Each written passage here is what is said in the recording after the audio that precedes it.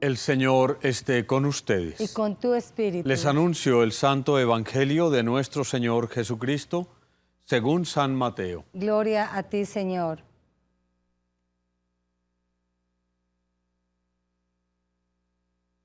En aquel tiempo dijo Jesús a los sumos sacerdotes y a los ancianos del pueblo: escuchen otra parábola.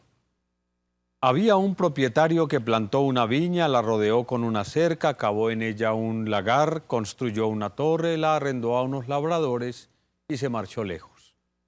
Llegado el tiempo de los frutos, envió sus criados a los labradores para percibir los frutos que le correspondían. Pero los labradores, agarrando a los criados, apalearon a uno, mataron a otro y a otro lo apedrearon. Envió de nuevo otros criados más que la primera vez, e hicieron con ellos lo mismo. Por último, les mandó a su hijo diciéndose: tendrán respeto a mi hijo. Pero los labradores, al ver al hijo, se dijeron: este es el heredero, vengan, lo matamos y nos quedamos con su herencia. Y agarrándolo, lo sacaron de la viña y lo mataron. Cuando vuelva el dueño de la viña, ¿qué hará con aquellos labradores? Le contestan: hará morir de mala muerte a esos malvados y arrendará la viña a otros labradores que le entreguen los frutos a su tiempo. Y Jesús les dice: ¿no han leído nunca en la Escritura? La piedra que desecharon los arquitectos es ahora la piedra angular. Es el Señor quien lo ha hecho. Ha sido un milagro patente. Por eso les digo que se les quitará a ustedes el reino de Dios y se dará a un pueblo que produzca sus frutos. Los sumos sacerdotes y fariseos, al oír sus parábolas, comprendieron que hablaba de ellos, y aunque intentaban echarle mano, temieron a la gente que lo tenía por profeta. Palabra del Señor. Gloria a ti, Señor Jesús. A medida que pasamos las semanas de Cuaresma, se nos está recordando cuál es la meta, cuál es el lugar de llegada: la pasión, la muerte y la resurrección de Cristo.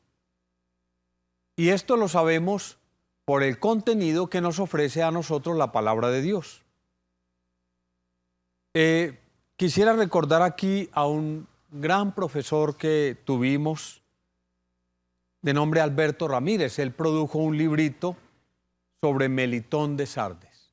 Melitón de Sardes es uno de aquellos grandes sucesores de los apóstoles que logró captar en la profecía de el patriarca José, en el capítulo 37 del Génesis, logró captar toda una profecía de lo que sería la entrega de Jesús en la cruz. ¿De quién se trata? Hay un padre que ama a su hijo, Jacob, que ama a José. Son una familia que se dedica a los rebaños, que son pastores. El patriarca José también es pastor. Dice que vieron de lejos, vayamos asociando con todo lo que sucede en torno a la pasión de Jesús. Ellos vieron que venía a lo lejos y antes de que llegara, maquinaron su muerte. Entre ellos piensan: vamos a matarlo. Pero surgen dos patriarcas muy importantes que son Rubén y Judá, que prácticamente lo salvan de la muerte. ¿Qué es lo que hace si queremos escuchar ese eco de la pasión de Cristo? Cuando llegó José al lugar, lo sujetaron, le quitaron la túnica con las mangas que llevaba puesta, lo cogieron y lo echaron al pozo. Aquí aparece Judá. Recordemos que Judá es la tribu de la cual proviene Jesús.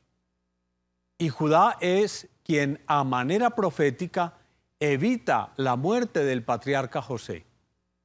En la tribu de Judá está la semilla y la defensa de la vida. De ahí que, por lo menos, intentar que no lo maten o que para preservar su vida solamente sea vendido. Melitón de Sardes hace un hermoso poema cruzando lo que pasa en la pasión de Cristo con lo que le sucede al patriarca José, allí en el capítulo 37 del Génesis. Pero en el capítulo 21 del Evangelio de San Mateo vemos a Jesús sufriendo esto que ya está anunciado allá en el patriarca José. Solo que aquí hay una cosa muy particular. Obviamente cada vez que Jesús va a contar una parábola, pues como ese es un lenguaje que no tiene nada de técnico ni nada complicado, Jesús hace parábolas para gente muy sencilla, para los pescadores, para los agricultores. Pero aquí, a aquellos que son los grandes, los importantes, los sumos sacerdotes, los ancianos del pueblo, les empieza a contar una parábola. Eso es bastante irónico. ¿Podría Jesús hablarle en términos muy técnicos, desde el cumplimiento de la ley, de la Torá? En cambio, a estos, que son los sabios del pueblo, los mira como si fueran unos campesinos y les cuenta una parábola.